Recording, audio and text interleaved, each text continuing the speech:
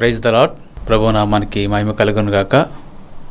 ప్రియా దేవుని బిడ్డలారా, మీ అందరికీ ప్రభు యేసుక్రీస్తు వారి నామములో మీ అందరికీ శుభాలు, సమాధానం తెలియపరుస్తున్నాను. మిమ్మల్ని ఈ విధంగా కలుసుకోవడానికి ప్రభు ఇచ్చినటువంటి కృపను బట్టి స్తుతులు, కృతజ్ఞతలు చెల్లిస్తున్నాను. ఇది మాత్రమే కాదు, ఈ దిద్దుబాటు సమయం అనే కార్యక్రమం ద్వారా మిమ్మల్ని కలుసుకోవడానికి దేవుడు నాకు ఇచ్చినటువంటి కృపను బట్టి, ఆయన చిత్తాన్ని నా ఎడలా జరిగిస్తున్న విధానాన్ని బట్టి నేను ఎంతగానో రుణిస్తున్నాయి ఉన్నాను. కనుక కొద్దిసేపు దేవుని వాక్యాన్ని మనం ధ్యానించుకుందాం. చిన్న ప్రార్థనతో మనం ప్రారంభించుకుందాం. ప్రభు సహాయం కొరకు. పరిశుద్ధుడా, ప్రేమగల తండ్రి, స్తుతులు, స్తోత్రములు, కృతజ్ఞతలు చెల్లిస్తున్నాం. మా దేవా, నీవు మమ్మల్ని జగత్తు పునాది వేయబడక ముందే మమ్మల్ని ఎరిగిన దేవుడవు. కనుక ప్రభా, మా యొక్క ఆశలు, మా మనసులో ఉన్నటువంటి తలంపులు ఏవై ఉన్నావో నీకు తెలుసు. కనుక మరొక సంవత్సరానికి ఎందుకు నడిపించారో ప్రభా మేము తెలుసుకోవడానికి కోసం ప్రభా నీ పాద సన్నిధికి వచ్చి ఉండగా మీరే మాతో మాట్లాడి మహిమ పొందమని ప్రార్థిస్తూ, ఘనత, మహిమ, ప్రభావం పొందమని యేసుక్రీస్తు వారి నామములో ప్రార్థించి వేడుకుంటున్నాము తండ్రి. ఆమేన్. మంచిది దేవుని బిడ్డలారా, గత వారం మనం మరొక నూతన సంవత్సరాన్ని ప్రభువారు మనకు ఎందుకు ఇచ్చారు అనేటువంటి విషయాన్ని మనం జ్ఞాపకం చేసుకున్నాం. అందులో మనం చివరిగా దేవుని చిత్తాన జరిగించే వారంగా, సత్క్రియలు చేసే వారంగా ఉండాలని ఆయన తన లేఖనాల ద్వారా మనకు తెలియపరుస్తూ, హెచ్చరిస్తూ వచ్చినటువంటి ప్రభుకి మనకు స్తుతులు చెల్లిస్తున్నాం. కనుక ఈ దినం కూడా కొన్ని మాటల చేత మనం ఆదరించబడుతూ, హెచ్చరించబడుతూ మన జీవితాలను సిద్ధపరం చేసుకుందాం. మన జీవితాలని ప్రభుకి అంకితం చేసుకుందాం. మన జీవితంలో ఉన్నటువంటి పొరపాటులను, మన జీవితంలో ఉన్నటువంటి ఆ యొక్క దుష్కార్యాలను దూరపరిచి ఆయన చిత్తాన్ని మనం జరిగించే వ్యక్తులుగా ఉండాలని ఆశిస్తూ మనం ముందుకు సాగాలని మనం చేస్తున్నాను. మనం ఎందుకు మరొక సంవత్సరానికి మరి నడిపించాడు దేవుడు అంటే, ముందుగా సత్క్రియలు చేయాలని అంతవరకు మనం నేర్చుకున్నాము, తెలుసుకున్నాం. అయితే మరొకసారి జ్ఞాపకం చేసుకుందాం. చూడండి, ఆయన మహిమ కోసం జీవించాలని వాస్తవాన్ని మనం తెలుసుకోవాలి. మత్తయి సువార్త 5వ అధ్యాయం 16వ వాక్యం తెలియపరుస్తుంది. మనుష్యులు మీ సత్క్రియలు చూసి పరలోకమందున మీ తండ్రిని మహిమపరచినట్లు మీ వెలుగు వారి ఎదుట ప్రకాశించునుగాక అనే మాటలు మనం చూస్తున్నాం, చదువుతున్నాం. నిజమే, మనుషులు సత్క్రియలు చూసి పరలోకమందున్న మన తండ్రి సంతోషించేటువంటి విధముగా మనం బ్రతకాలని ఆయన ఆశపడుతున్నాడు.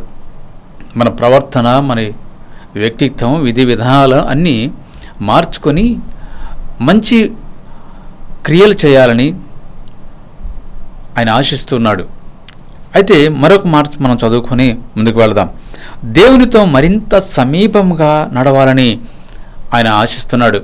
ఆయనతో నడవాలంట, ఆయన నడిచేటి వారంగా ఉండాలని ఆశిస్తున్నాడు. ఈరోజు మనం లోకంతో నడుస్తున్నాం. నిజమే, అది వాస్తవం. మనం ఎరిగినప్పటికీ ఈ సత్యాన్ని మనం ఒక్కొక్కసారి ఒప్పుకోక తప్పదు, ఒప్పుకోవలసినటువంటి పరిస్థితి వచ్చింది. లోకంతో మనం ఏకమై లోక ఆచారాలని అనుసరిస్తూ, లోకంతో నడుస్తూ, లోకంలో మాటలు వింటూ, లోకం వైపు చూస్తూ దేవుణ్ణి మరిచేటువంటి పరిస్థితి కూడా వచ్చేటువంటి పరిస్థితులు వస్తాయి. ఇది వాస్తవం. ఎందుకంటే మన పరిస్థితులు, మన జీవిత విధానము మనకు ఒక్కొక్కసారి దేవుని మరిచేటువంటి పరిస్థితులు కూడా తీసుకొస్తాయి. అలాగని మనం లోకం వైపు చూడకూడదు, లోకం వైపు నడవకూడదు అని కాదు. కానీ లోకంలో ఉండి కూడా వేరుపరచబడి ఉండాలి. లోకంలో ఉండి కూడా దేవునితో నడవాలి. లోకంలో ఉంటూనే మనం ప్రత్యేకించబడిన వారుగా ఉండాలని వాక్యం సెలవిస్తుంది. చూద్దాం, కీర్తనలు 90వ అధ్యాయము 12వ వాక్యంలో ఒక మాట రాయబడింది. అక్కడ మాట ఏంటంటే, మా దినములు లెక్కించుకున్నట్టుకు నేర్పము, జ్ఞాన హృదయము మాకు కలుగునట్లు కాలము దేవుని బహుమానం, కొత్త సంవత్సరం అంటే దేవునితో మరింత లోతైన సంబంధం పెంచుకునే సమయం అని లేఖనాలు సెలవిస్తున్నాయి. కనుక మా దినములను లెక్కించుటకు నేర్పుము, జ్ఞాన హృదయము మాకు కలుగునట్లు అనే మాట మనం చూస్తాం. నిజమే, మనకు జ్ఞానం ఉందని మనం ఎలా ఉంటామంటే నాకంటే గొప్పగా తెలిసిన వారు ఎవరు లేరని చాలాసార్లు విర్రవీగుతుంటాం. నాకంటే గొప్పగా మాట్లాడేవాళ్ళు లేరని చాలాసార్లు అపోహపడుతూ ఉంటాం. కానీ మరొక సంవత్సరంలోనికి మనం నడిపించింది ప్రభు యొక్క ఆలోచన ఏంటో తెలుసా? మా దినమును లెక్కించుట. ఏ దినమో ఎప్పుడో తెలియదు. గడ్డిపోయే లాంటి జీవితం, అంతలోనే ఆరిపోయే జీవితం, నీటి బుడగలాంటి జీవితం ఎన్ని రోజులు ఉంటుందో లెక్కేసుకునేటానికి, అనుభవంలోనికి నడిపించడానికి మనకు దయచేశాడు. జ్ఞాన హృదయంతో ఉండాలని ఆయన మరొక సంవత్సరం ఇచ్చారు. జ్ఞాన హృదయం కావాలంట. జ్ఞానం కలిగి జీవించేటువంటి హృదయం కావాలి. ఈ దినాల్లో హృదయం ఉంది, కఠినమైనటువంటి హృదయం కలవారున్నారు, ఫరో లాంటి హృదయం కలవారున్నారు.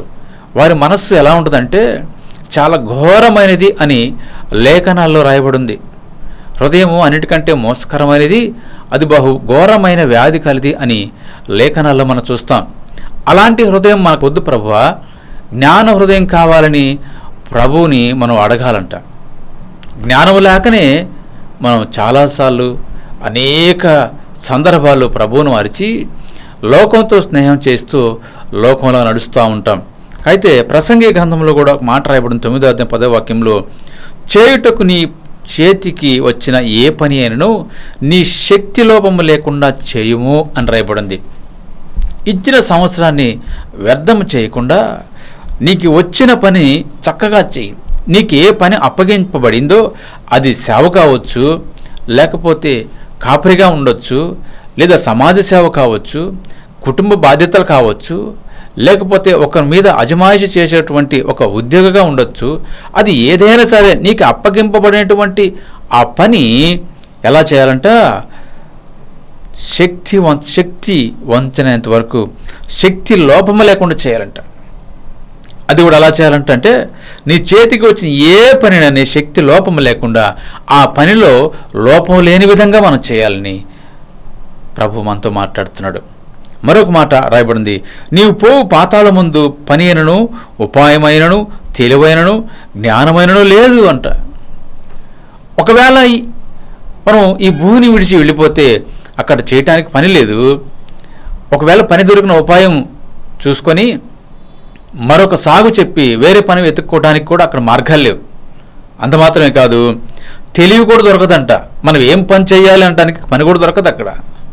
చూడండి, మన చక్కగా ఆ మాట రాయబడింది, నీవు పోవు పాతాళమందు పని అయినను. ప్రభువును మరిచి లోకంతో నడిస్తే పాతాళంకి వెళ్ళిపోతే అక్కడ ఏముండదు. ఏముంటుందంటే చివరకు పళ్ళు కొరుకుట, అగ్ని ఆరదు, పురుగు చావదు అని ప్రభువారు ఎప్పుడో సెలవిచ్చాడు. ఏనాడో హెచ్చరించాడు, ఈనాడు హెచ్చరిస్తున్నాడు. మరొక సంవత్సరం మనందరికీ దయచేయబడింది ఆయనతో నడవటానికి, సమీపంగా ఉండటానికి, ఆయనకి దగ్గరగా ఉండటానికి. మునుపు దూరస్థులుగా ఉన్న మనలను ఆయన ప్రేమ చేత ఆదరించి ఆయన రక్తంలో కడిగి నీతిమంతులుగా తీర్చుకున్నాడు, ఆదరించాడు. ఆయన స్వాస్థ్యముగా కుమారుడా, కుమార్తె అని పిలుచుకున్న దేవుడు ఈనాడు దూరస్థులుగా ఉండకుండా సమీపంగా నడవాలని ప్రభు హెచ్చరిస్తూ సూటిగా మనతో మాట్లాడుతున్నాడు. మరొక మాట చూద్దాం. కీర్తనల 39వ అధ్యాయము 4వ వాక్యంలో, యెహోవా నా అంతము ఎట్లుండనది, నా దినముల పరిమాణము ఎంతైనదో నాకు తెలుపుమని అక్కడ కీర్తనాకారుడు మాట్లాడుతున్న విషయాన్ని బట్టి మనం చూస్తున్నాం. అయ్యా, నా అంతము ఎట్లుంటుందో, నా దినములో పరిమాణం ఎంతో నాకు తెలియజేయ్యా అంటున్నాడు. ఈరోజు మనం ఏమడుగుతాం తెలుసా? అయ్యా, నా ఆస్తి ఎంతుందో, నా గౌరవం ఎంతుందో, నా విలువ ఎంతుందో, నా వంశం ఎలాంటిదో, నా వంశం ఎలా ఉందో ఒక్కసారి తెలియజేయ్యా అని ప్రభువుని అడుగుతాం. ప్రజల్లో కూడా మాట్లాడుతాం. కానీ కీర్తనాకారుడు మనకు నేర్పుతున్న విషయం ఏంటంటే, నా అంతము ఎట్లుంటుందో నాకు తెలిపయ్యా. నా దినముల పరిమాణము ఎంతో నాకు తెలియపరచయ్యా అని మాట్లాడుతున్న విషయాన్ని బట్టి ప్రభుకు స్తుతులు చెల్లిద్దాం.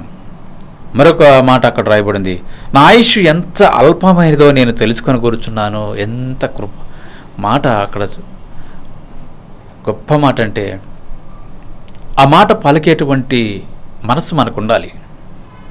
అది ఎప్పుడు వస్తుందంటే ప్రభువుకి దూరంగా ఉంటే రాదు. ప్రభువుని అనుదినము ప్రభువా నీకు స్తోత్రం అంటే రాదు. అనుదినం ప్రార్థిస్తే కూడా రాదు. ప్రభువుతో ఏకమవ్వాలి, సమీపంగా నడవాలి. అప్పుడే ఆత్మీయత గల మాటలు, ఆత్మీయత ఎదుగుదల, ఆత్మీయతలో ఆశీర్వాదము, ప్రభువుకు మనకు ఉన్నటువంటి సంబంధం ఏమిటో మనమే పరిశీలించుకోగలం. అక్కడ రాయబట్టిన మాటని తెలుసు. మరొకసారి చదువుకుందాం. నా ఆయువు ఎంత అల్పమైనదో. నిజమే కదా. నీటి బుడగ వంటిది, గడ్డి పువ్వు వంటిది. అలాంటి ఆయువు తెలుసుకోవాలని ఆశ ఉందా నాకు అని కీర్తనాకారు ద్వారా మనం హెచ్చరింపబద్ధులమై ఉన్నాం. ఈరోజు మనం అడుగుతున్నామా, ప్రభువా నా బ్రతుకు ఎంతో, నా ఆయుష్ ఎంతో అని అడగాలి. ఎందుకంటే నా బ్రతుకు దినములన్నీ నిన్ను చూడాలి. నా బ్రతుకు దినములన్నీ నీ స్వరాన్ని వినాలి. నా బ్రతుకు దినములన్నీ నీ సన్నిధిలో ఉండాలి అని అడుగుతున్నావా? నా బ్రతుకు దినములన్నీ నీకు సమీపంగా ఉండాలి. అందుకే ఆయన కోరుకుంటున్నాడు. ఆయనకు సమీపంగా ఉండాలని ఆయన కోరుకుంటూ ఉన్నాడు. సమీపంగా ఉందామా? ఎంత గొప్ప మాట అంటే, ఈ నూతన సంవత్సరం మనకిచ్చింది ఎందుకో తెలుసా?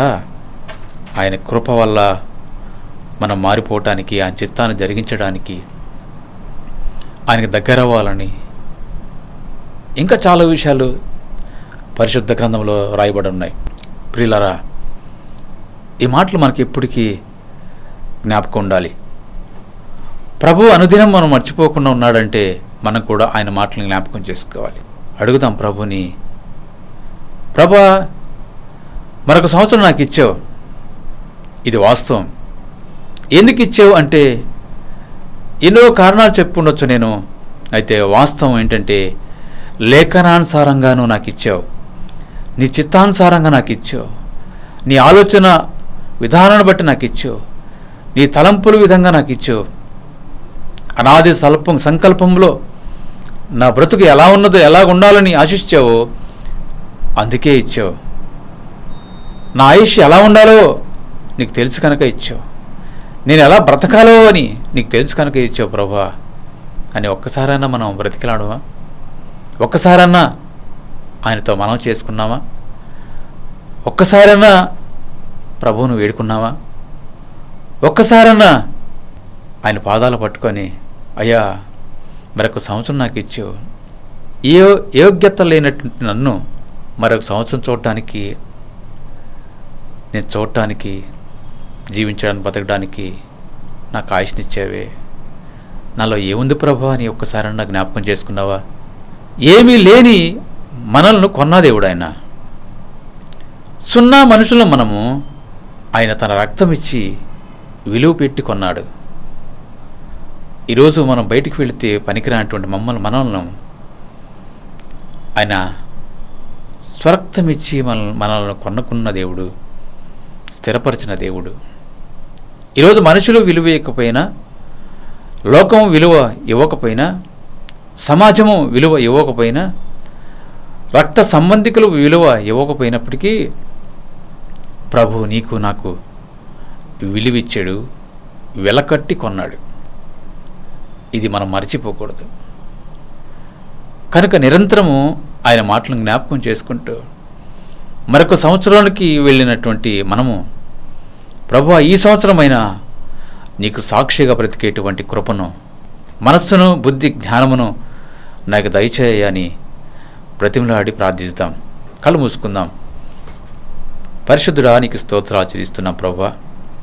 నువ్వెంతైనా నమ్మదగిన వాడు. హెచ్చరిస్తూ మాతో మాట్లాడిన విధానం బట్టి స్తోత్రాలు చేస్తున్నాం.